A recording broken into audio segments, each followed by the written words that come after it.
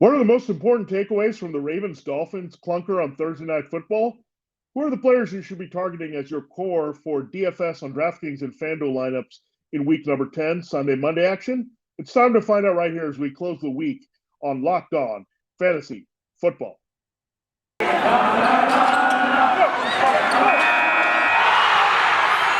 are Locked On Fantasy, your daily NFL fantasy podcast. Part of the Locked On Podcast Network, your team every day.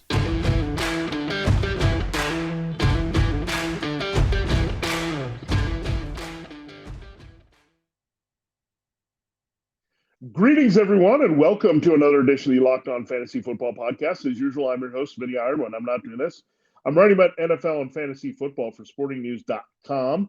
Come to the site now, we've got you taken care of. My start sitcom, The Decider. We also have our positional rankings, sleepers and busts that you can check out, as well as picks straight up and against the spread. A comprehensive look there coming up. We also talk about DFS there in depth on the lineup targets you should have. And that's what we do here on Locked On Fantasy Football to close the weeks here every week. So week 10, we'll put a bow on it here. We started week 10, unfortunately, with a bad fantasy football game there for the Ravens and Dolphins. The Dolphins stunned the Ravens. Not a very good fantasy game for most of the players.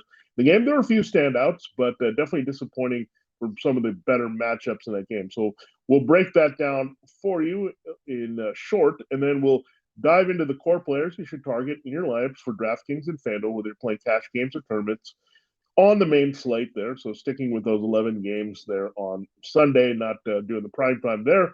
So that's what we usually do, tell you how to target players there that are going to help you most this week at different price points there. So you can construct different types of lineups where we give you the basics there to put out a dominant and winning lineup there, whatever you're playing on either site. So we'll do that.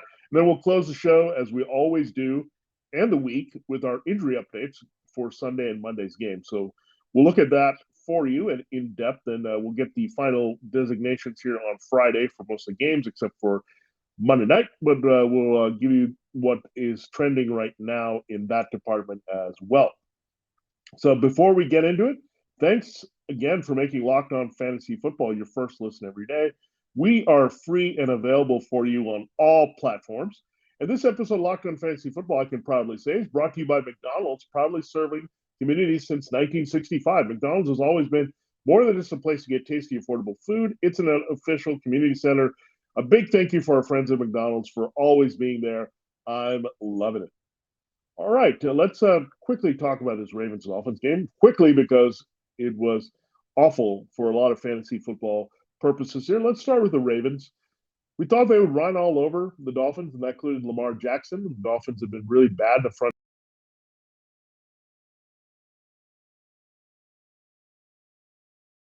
They had a few offensive line issues. Lamar held the ball a little too long. They had some misconnections downfield, just missed a few big plays. They had a few bad turnovers late in the game there, including one fumble by Sammy Watkins returning. And I think he kind of mucked up some things. He missed up a big touchdown opportunity that Lamar should have had him on, and he didn't look right. And then he lost the ball there to really cost the Ravens late there to turn into a touchdown. Xavier Howard appearance there, back on a big turnover, takeaway, and score. So the Dolphins defense, second straight big game after what they did to the Texans last week, out of nowhere. They were doing nothing. Brian Flores, maybe need some adjustments here to get the Dolphins playing more like they did last year, to get after it, be aggressive, make those big plays. And the Ravens, I think, were a little shell-shocked for it. Maybe they got a little cocky, confident, short week turnaround here. The whole home narrative between Lamar Jackson and Marquise Brown. Well, Hollywood was not very good here. He was more like Oxnard in this game, and no offense to the Cowboys training facility city there. But, yeah, it was not good for Hollywood, Florida here, returning for Marquise or for Lamar Jackson. Jackson keeps up his touchdown pass streak here with one late to Mark Andrews. We thought he was going to get a second garbage one, which would have been okay in the end for Lamar, given the circumstances of this game, that it was pretty ugly if you had extracted more than 23 fantasy points from him. But again, Lamar is going to give you the high floor, even in struggle games like this. Just you thought he was going to smash it. You thought he was going to put up another 35 to 40 point game with his arm and legs, like we've seen before in the past. and in this matchup in particular. So very disappointing with the one score. Highly disappointing if you had Marquise Brown. Was not involved. And the big development here, however, you were pleased if you had Rashad Bateman. Another strong game for the rookie from Minnesota. Really came down to that last play, really a 30-yard catch on the last gasp drive that didn't mean anything, that ended with that red zone interception by Lamar. So that really helped the game. But that counts. It doesn't disappear in fantasy football. So they were making it a point to shut down Brown and contain him from the big plays. And they didn't materialize for him, but Bateman was open. He's proved he's a very good route runner, good compliment. And we were worried a little bit about Mark Andrews with Bateman cutting in and Watkins returning here, but Watkins looked terrible. They went back to Andrews quite a bit. He had a very nice game here, got in the end zone, was open for a lot of the game. Didn't have the monster game you're looking for, but when they diversify the passing offense and they're not rolling like they usually do, there's going to be some limitations there. But solid game for Mark Andrews. Pretty good for Bateman, where he played him as a wide receiver 3. Highly disappointing for Brown. Really bad for Jackson here. Devonta Freeman was okay. Didn't have the touchdown this week, but caught a few balls there and clearly was the number one option here ahead of Le'Veon Bell. Game script didn't go according to plan, where we saw Freeman and Bell touch the ball a lot in the second half. We thought they were going to be awesome early. They had 2 drives there, settled for field goal attempts. Justin Tucker made the first one of their very first possession and to start the game. Then they missed a field goal, and they just seemed to be out of sorts offensively after that until it didn't really matter until late in the game. So really chalk it up to the Dolphins. They had their number. The Dolphins gave the play. Ravens weren't all put together, and that's what happened in the result. Now, for the Dolphins side of things, look, it wasn't pretty. They got a defensive touchdown as their big highlight. They got a Tua Tagovailoa rushing touchdown there at the end coming off the bench there with Jacoby Brissett hurting his knee. So interesting situation where Tua was activated, but only as a backup, then came in and had to play. Really disappointing from the Dolphins side of things, too. You had Jalen Waddle get some key targets there, but you had those big plays by Isaiah Ford and looking at what you had Albert Wilson. We threw him in as a punt play in some DFS lineups. Unfortunately, we also threw him in with Mike Gesicki, who was blanked. He had 7 targets in the game. The Ravens were one of the worst defenses in the NFL in covering the tight end. It didn't matter if it was Brissett or Tua. They just could not connect with Gesicki. So Gesicki, a big fat 0. So, yeah, Lamar was disappointing. Marquise Brown completely disappeared. But Gesicki takes the cake here for the suckiest performance there with the highest expectations here, maybe the entire week here on Thursday Night Football. So Thursday nights are weird. Things happen like that. So we had a big play there again by the Dolphins and stretching the field, 2 random big ones. And the Ravens defense really shot down here. I mean, they're really depleted in the secondary. You can still exploit them. The Dolphins did as much as they could with their limitations there. But, yeah, Gesicki getting blanked and those other random wide receivers making big plays was really hard to watch there in this game. So, all right, let's turn on to happier things. Go to the DFS slate on Sunday, and hopefully we'll get some rebounds from these quarterbacks that we look at. I'm looking at Justin Herbert first here, folks. I mean, it's a great matchup. That's the matchup that Lamar ripped to shreds last week against that Vikings secondary. Bashad Breeland is banged up here on the back end. Their pass rush is pretty much dormant here at this point without Danielle Hunter, probably without Anthony Barr. We talked about that a lot. But the price point for Herbert is excellent. He's coming off a great game himself last week against the Eagles. So all things line up very well here with the data. 7,300 on DraftKings, 8,000 on FanDuel. So if I'm going to pay up a little bit for a quarterback this week, clearly Justin Herbert. Now, if I want to save a little bit money, especially on DraftKings with the sale here, you can go to Matt Ryan at 6,000, so 1,300 less. He's only 700 less on FanDuel at 7,300 there. But Matt Ryan looking great last week against the Saints defense that really opened up a lot of holes underneath. And I think the Cowboys will do the same thing. And figure the Cowboys offense will be back on point here. So this team is not going to simply run the ball with Cordarrelle Patterson and Mike Davis and Hyde the way the Broncos did, and they limit the quarterback production there. So Matt Ryan should continue the hot streak here based on volume. The defense is very favorable for their weapons all around, starting with Kyle Pitts. So, yeah, Matt Ryan, good value as well if you go there. Carson Wentz, he's been pretty solid in fantasy football. Good cash games quarterback. 5,900 DraftKings, 7,500 however on FanDuel. So he's actually more expensive than Matt Ryan there, but cheaper than Ryan on DraftKings. So it kind of makes sense there. If you want to save the $100, it's not that much there on DraftKings, but you could go to Wentz. But definitely looking at Matt Ryan versus Carson Wentz there. It's a Jaguars matchup. Should be pretty solid again. Jonathan Taylor in the running game, setting up the passing game for big things. And Wentz could really have the same game he had against the Jets in this one at home. Ben Roethlisberger is more of the bargain bin quarterback this week, 5,600, 7,100. Najee Harris has a smash spot, and we'll talk about him. Ben Roethlisberger's had a couple of missed practices here, not at full strength here, but look at the weapons here. He could be without Chase Claypool. That's a bummer here with the toe injury. So a lot of Deontay Johnson, a lot of Pat Freiermuth, but I think that plays in the hands of Roethlisberger as well as Najee Harris, a short intermediate here. So I wouldn't play him necessarily on FanDuel with 7,100, but on DraftKings, 5,600, very good price there. And if you want to go even a little cheaper, I might consider Taylor Heineke this week, 5,400 on DraftKings, 6,900 on FanDuel. He's still starting for Ryan Fitzpatrick.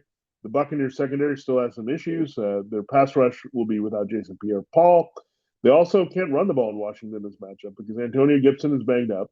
So you could get the principles there, getting you back on track. J.D. McKissick right now, Terry McLaurin. They're really beat up at wide receiver, but Logan Thomas could return and help them as well at tight end here this week. So Heineken also did get it done with his legs. He put up a pretty good fantasy game in the playoffs there if you were playing that format against this same Buccaneers team there last year with his legs and touchdowns and yardage and garbage there opposite Brady. So that could definitely happen again here for Taylor Heineke in Week 10 of 2021.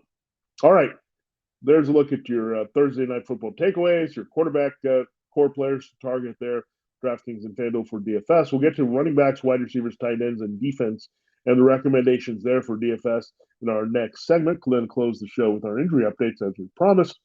I told you from the top, this episode Locked On Fantasy Football is brought to you by McDonald's. Proudly serving communities since 1965, McDonald's has always been more than just a place to get tasty, affordable food. It's a place where friends and family can come to reconnect, a place where classmates can meet up for a study group, knowing they'll have dependable Wi-Fi and endless supplies of French fries and McFlurries. Win or lose, it's a place where teammates, competitors, the home team, or the away team can come to recharge. It's a place you always look forward to stopping at on a long road trip to rest your legs and refuel. It's definitely picked me up. I went there to the McCafe the other day, needed a little bit of boost, got a lot of work at this time of year between Sporting News and Locked On Fantasy Football. Well, they were there for me. Great McDonald's there, very easy to order, very comfortable to sit at, and do some work as well. So did anyone say Locked On Fantasy Football? Watch party, they have great Wi-Fi there, good homey feel, and I really liked our local McDonald's for all the people there, mainly in a good place to go refuel and reconnect there yourself. So head to the McDonald's now and rediscover what they mean by I'm loving it.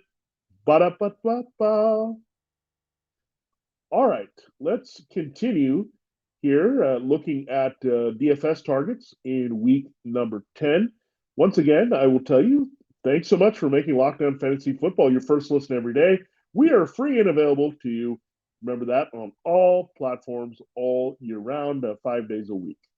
All right, let's go to running backs here. If you want to pay up, there's an obvious choice. It's Jonathan Taylor. He wouldn't have disappointed last week if you played him as part of your key lineup for the showdown slate there on Thursday Night Football. This week, he comes back to the main slate, another smash spot at home against the Jaguars. Go look at what they did against the Bills. They did overachieve, but not a very good road team. Taylor's been on fire. This offensive line is back at full strength with Quentin Nelson and Braden Smith ready to play. So, yeah, looking all good here. Taylor, Wentz. You can do a weird combination there because they've been getting it done together. They're symbiotic there because as Taylor goes, Wentz goes because it opens up the play action and easy passing for him. And the Colts also throw quite a bit in the red zone to complement Taylor on top of scoring with Taylor. So Frank Reich and that offense is rolling. I wouldn't mind having a piece of that here. And then maybe another opportunity to go for the bargain there with Wentz or Roethlisberger or Heineke at quarterback to help you get one of these studs. Another stud at the same price actually on FanDuel, $9,400, $200 cheaper on DraftKings. Najee Harris had a bit of a foot issue that popped up here in practice, added to the practice designation report there on Thursday, but he should be good to go here. The matchup is outstanding. It's Detroit. They were destroyed before the bye against Philadelphia, that three-headed monster. So Najee Harris being the workhorse for the Steelers and the positive game script, he could really dominate, multiple touchdowns, all that. So I think Taylor and Harris, take your pick here, especially on FanDuel. You can afford one of them. I would lean a little bit more to Taylor here, just because he's fully healthy and he's been on fire. But Harris definitely has that value, and you can save the 200 DraftKings and really feel good about that as well. Now, dropping down a little bit in the price points, Ezekiel Elliott, there should be an overcorrection for the Cowboys. 2 straight games where they haven't really had the running game going. Good opportunity to do that against the Falcons. The Falcons had been pretty good against the run, but you can now pound them. We saw that last week all around for Alvin Kamara when he was healthy. So 7,000 and 8,000 are Zeke's prices there on DraftKings and FanDuel. You also have another overcorrection probably coming with Aaron Jones, 6,900 there for the Packers on DraftKings, 8,200 on FanDuel. They need to run the ball a little bit better, even with Aaron Rodgers potentially returning here this week. If it's not Rodgers, Jordan Love, you can really exploit the Seahawks run defense. So Aaron Jones should be a lot busier after the quiet game with Love. We really want Rodgers in there, however, to maximize Jones's value as a runner and receiver. Now, James Conner, what a great start here. I think he's almost a guy that you have to get in most lineups this week. Cash games or tournament, 6,300 there on DraftKings, 7,000 on FanDuel. James Conner really has the backfield to himself. Yeah, you'll have a little Benjamin, but no Chase Edmonds, the ankle injury. You could have Colt McCoy starting again. We know what the formula was last week. A lot of the running game. Great matchup again this week against the Panthers at home for the running game. Not so much for the passing game. Everything aligns for James Conner to stay hot and build on his 11 touchdowns. And now with a lot more yardage available there without Edmonds cutting into his workload.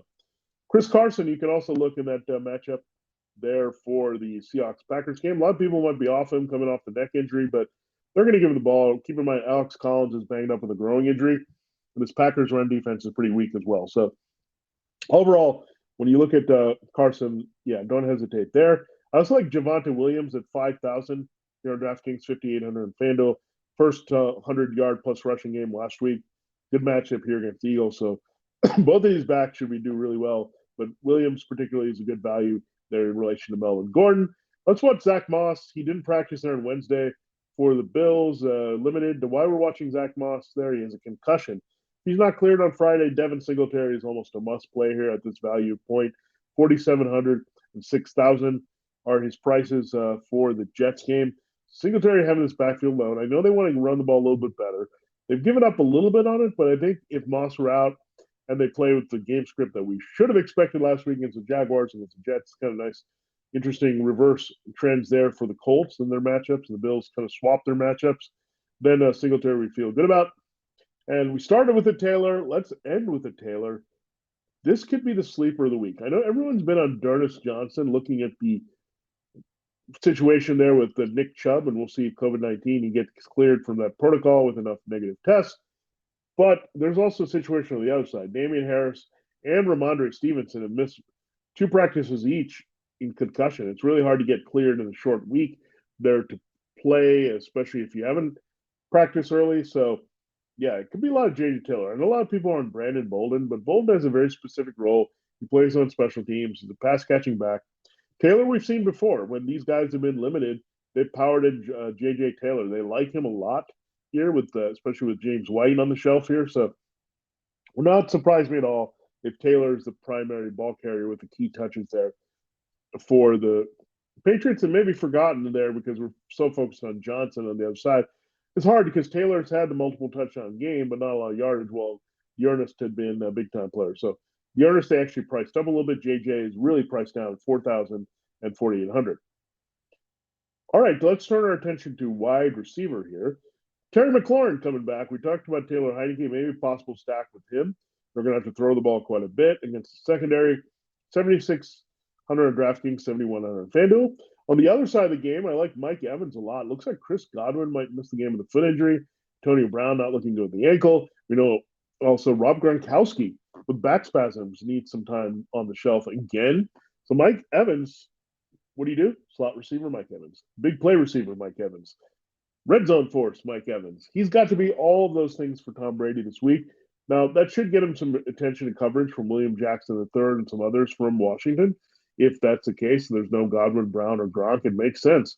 Go after Evans, you're not going to really put Tyler Johnson as the focus. So that opens things up for Johnson as a cheapy play too, if you're looking for a play that way. But Mike Evans, we see the Tom Brady connection. He could easily have multiple touchdowns in this game with all those guys on the shelf, and Brady dealing coming out of the bye himself against Washington. Deontay Johnson, similarly, with Chase Claypool potentially on the shelf there. Great matchup for Ben Roethlisberger there against the Lions. Lions secondary stinks. Could be a lot of Deontay if there's no Chase Claypool, a lot of Pat Freiermuth. We like him at tight end, 3,900, 5,100 are his prices there on DraftKings and FanDuel. Deontay, 6,800, 7,400. So, yeah, we know a lot of things are tied to the quarterbacks we pick, and we want to go in that direction here. So, another player I really like to have a big game, stacking with Justin Herbert if you want, 6,600, 6,900. It's Mike Williams. It's a Mike Williams game. Keenan Allen should be effective, but he's a little bit banged up with the knee injury here going into the game against the Vikings. Vikings secondary sucks on the back end. You can really stretch the field on them big time. We saw that with Marquise Brown and the Ravens last week. So Mike Williams should get back on track. He was just putting up unreasonable high level of wide receiver one numbers early, so it's kind of tailed off. But I think it's a chance to rebound here big time against the Vikings. We look at Michael Pittman Jr. continues to be a studly breakout for him, 6,300, 7,200. We know with Taylor and Wentz and Pittman, that's the new triplets here in Indianapolis we're excited about here. So poor man's version of Peyton Manning, Adrian James, and Marvin Harrison. But it's developing, and you like offenses that streamline versus a few players there involved. Julio Jones, this is our first JJ we'll talk about at wide receiver, 5,400 on DraftKings, 6,700 on FanDuel. Why we like him, the Saints secondary actually gives up a lot of points away from Marshawn Lattimore. Lattimore figures to be on A.J. Brown.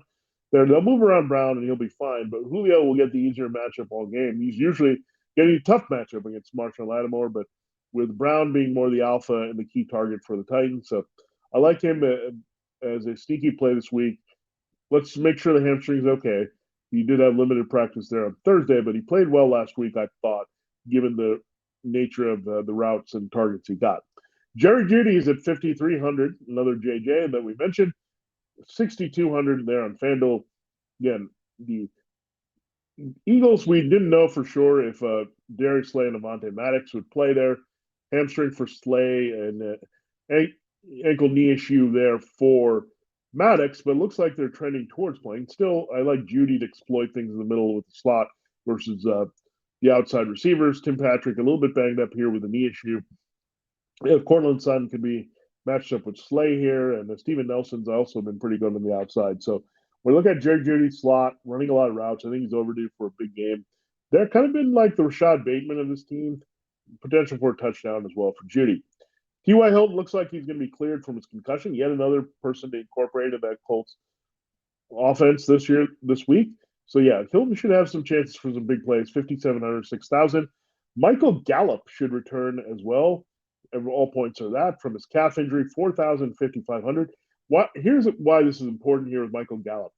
Another underrated storyline, and we'll get into injury report here, is that Cedric Wilson is hurting here. So it's not just Gallup and Wilson are going to have to share time or they'll have to ease him in there. They're going to get him in after last week. And remember what we saw way back in week one. They were doing some interchangeable route runnings between Gallup and Cooper and CeeDee Lamb working inside and outside. So, again, this is going to hurt the tight end's value. Gallup is Dak Prescott's guy here downfield.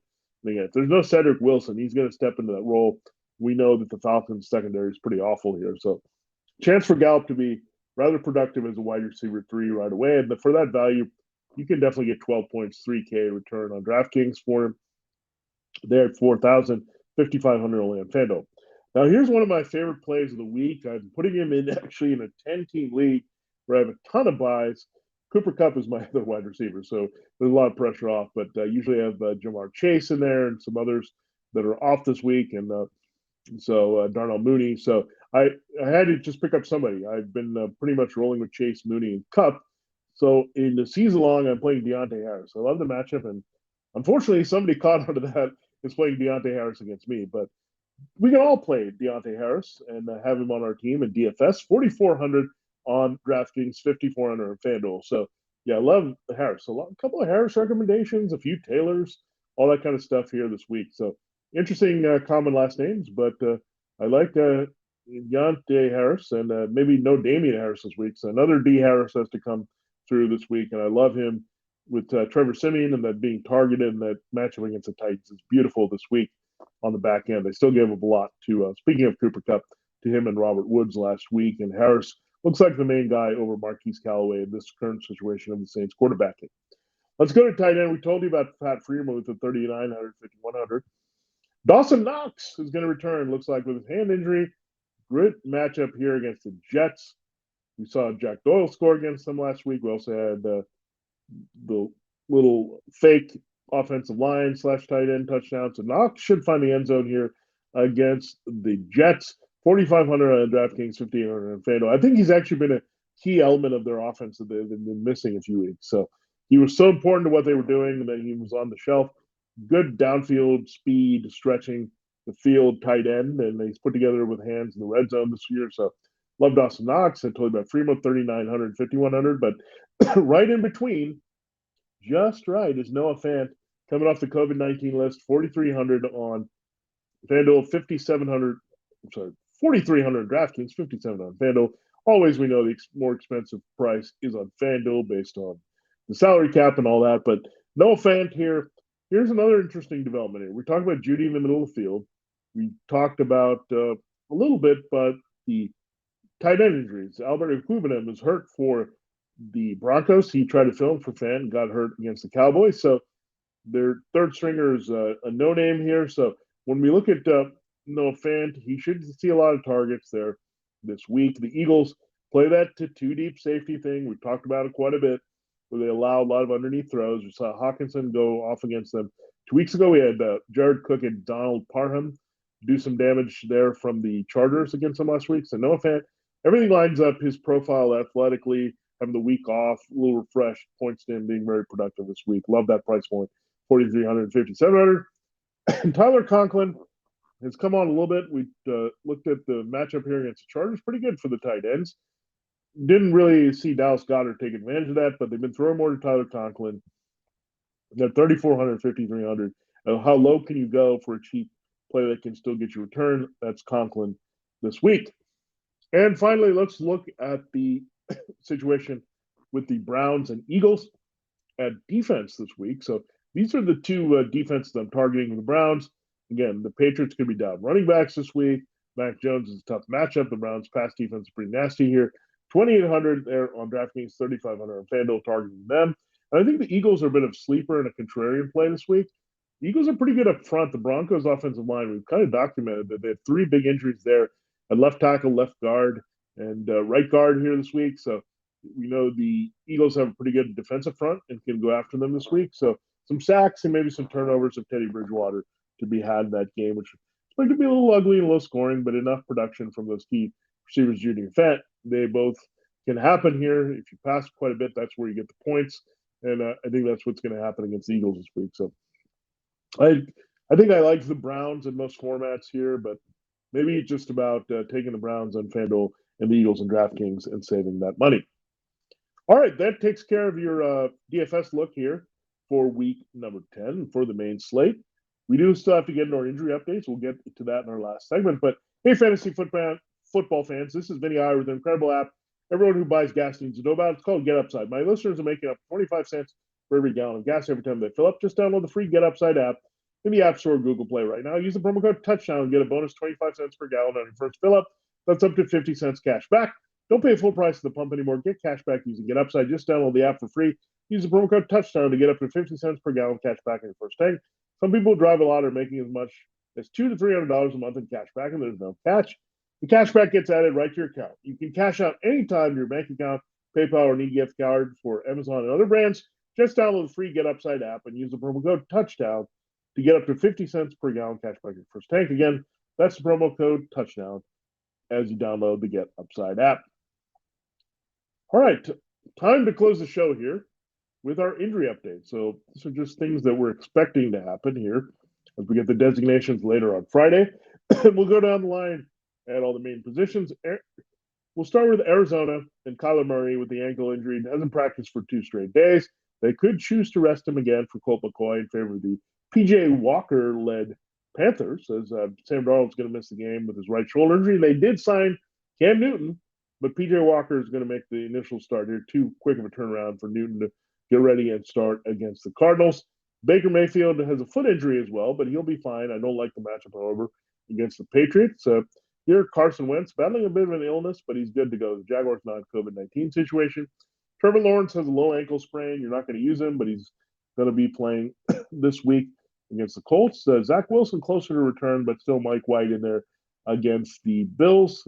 Tough matchup for him. Ben Roethlisberger still dealing with the pectoral and hip injuries. Just rest a couple of weeks. There's no concern about him having to miss the game against the Lions in a good matchup. As we turn to running back, we analyzed James Conner having a bigger role here with Benjamin. That was the number 2.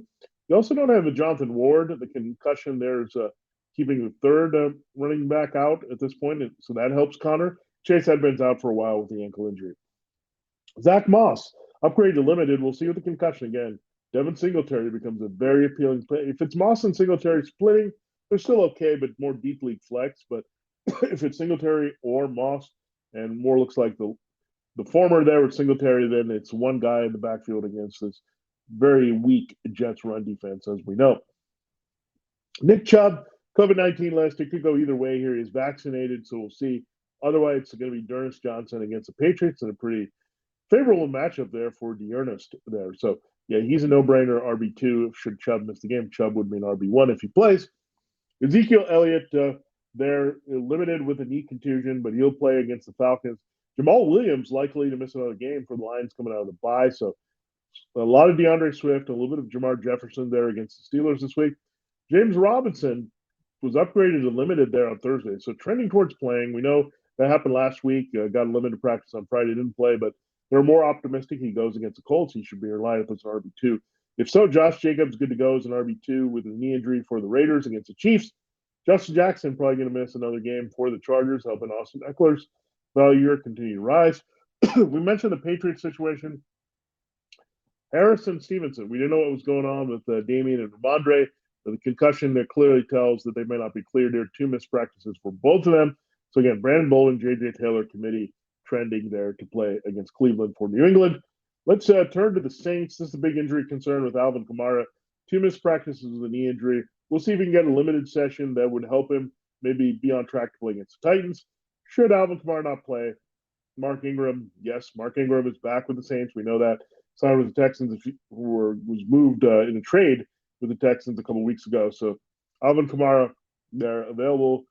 We'll see. If not, Ingram, again, I wouldn't say he's going to be there. Alvin Kamara would be RB1. I think Mark Ingram falls into borderline RB2 flex should he take over the backfield. And maybe more passing game as well for the Saints in that matchup. Najee Harris has a foot issue, but should be fine there for the Steelers in that smash spot against the Lions.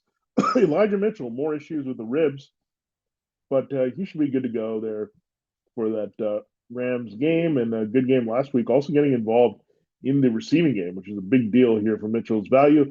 Chris Carson should return for the Seahawks. Has done enough in practice here. We'll watch that. That'll be more Alex Collins there in a good matchup against the Packers. And Tony Gibson, still limited with that shin injury. It was revealed he had played through a fracture. Don't love him this week if you can pivot off him with the Buccaneers run defense in that matchup in Washington. All right.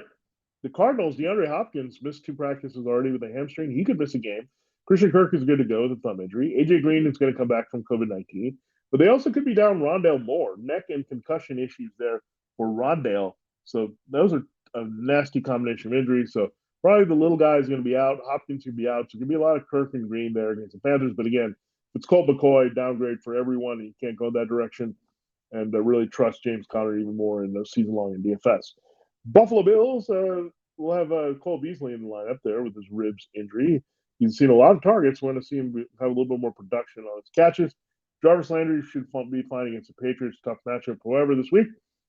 Amari Cooper, hamstring, and CeeDee Lamb ankle. They'll play through that against the Falcons. A very good matchup. We mentioned Cedric Wilson, the Michael Gallup situation. Wilson, 2 missed practices with shoulder, so that helps Gallup here with the calf this week, coming back and being productive as the number 3. Once again, seamlessly doing that. So no easing in there. Tim Patrick, limited practice. He should go for the Broncos here. Excuse me with the little interjections there, but still fighting through, and we'll go to Indianapolis, where T.Y. Hilton, with the concussion, is going to return here. Went full. That's always a good sign. When you go full in practice, that means you're pretty much clear from the concussion. Going to play against the Jaguars. Sneaky spot there as a wide receiver 3. You look at Tyreek Hill, ankle issue. He's fine for that Raiders game. So is Hunter Renfrow on the other side with his ankle injury. Keenan Allen, a little bit of a knee issue, but should be fine for the Vikings game. The Patriots also will be without probably Gunnar Olszewski, whatever his name is. He's the return man there for the Patriots. Is very good at doing that, but not part of the passing game. But he has a concussion, so maybe a little bit more work for the wide receivers and tight ends that are already out there. Ty Montgomery has a hamstring issue there for the Saints. He could help a little bit with Mark Ingram should Alvin Kamara missed the game as a running back wide receiver hybrid. Corey Davis should return for the Jets, but tough matchup against Tre'Davious White and the Bills this week. Devonta Smith has a tough matchup, even with a couple of cornerbacks injured there, Bryce Callahan and Pat Surtain for the Broncos. So we'll have to deal with Ronald Darby and Kyle Fuller. So avoid Devonta Smith if you can. There for the Eagles, it should be an ugly game there in Denver. Chase Claypool really in danger of missing the game with a toe injury. That's a tough one. Turf toe. It hurts coming off a bye. So when somebody's hurting off the bye, it's very concerning there because then it's something that happened that you're not sure about and how it's going to play out. So be prepared to be without Chase Claypool when the injury designations come out. DK Metcalf will play through his foot injury coming back from the bye against the Packers. Chris Godwin has a foot issue that is serious and you got to worry about. Also a player coming off a bye that you're worrying about maybe missing a game. So mysterious. They're not sure if he can play. 2 missed practices, never a good sign. So did Antonio Brown. So again, that's why we like Mike Evans. And a sleeper this week is Tyler Johnson. A.J. Brown is fine with the knee injury. And Julio Jones with the hamstring should keep playing. It's a good matchup really against the Saints as long as they're working away from Marshall Lattimore. Curtis Samuel, what else is new? Going to miss another game for the Washington football team. Cam Sims and Damian Brown may be the complementary players here to Terry McLaurin, Logan Thomas, and J.D. McKissick in that game. Let's hope Thomas returns here. Dawson Knox, hand injury, full practice. You figure he's good to go here, returning there for the Bills to help us at tight end 1. Travis Kelce, neck injury, rebounded, had a good game last week, so should be back on track against the Raiders. Jonas Smith dealing with a shoulder injury for the Patriots, can't play him. Hunter Henry is viable, but a tough matchup against the Browns. Eric Ebron should return from his hamstring injury. He got a full practice. He's missed 2 games. Opening door for Pat Freiermuth to break out, but it doesn't close. That door doesn't close because Eric Ebron returns, folks. Freiermuth is out and ready to dominate here again in the red zone. George Kittle, calf injury, returned and did a great job last week against the Cardinals. Big George Kittle-like game. I think he can have another one against the Rams here. And Rob Gronkowski, we mentioned you're going to be without him with the back injury. And one kicker note, Greg Zuerlein, you probably figured this out already, but COVID-19 list here, he was a 0 last week. So between the 0 last week, as the Cowboys went for 2 point conversions there in garbage time, didn't even give him an extra point attempt. He's dropped, and they just move on to kicker. It's a kicker, and you can find better options, especially someone who's going to do better. So it's going to be just like last week where Zuerlein gave you a 0 in fantasy football. All right, there you have it. There's a breakdown there of the key injuries you need to know here and what's going on in practice this week for the players there on Sunday and Monday's game. That's what we do. We put a bow on it here on Lineup Friday here on Locked On Fantasy Football.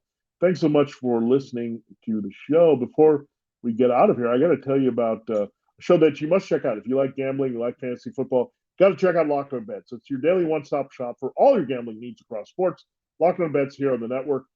Locked On, hosted by your boy Q with expert analysis and insight from Lee Sterling.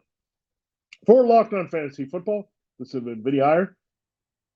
This is the end of the week and the end of the show. Good luck in all your matchups this week, and catch you on the flip side there for Roundup Monday, breaking down all the Week 10 Sunday action.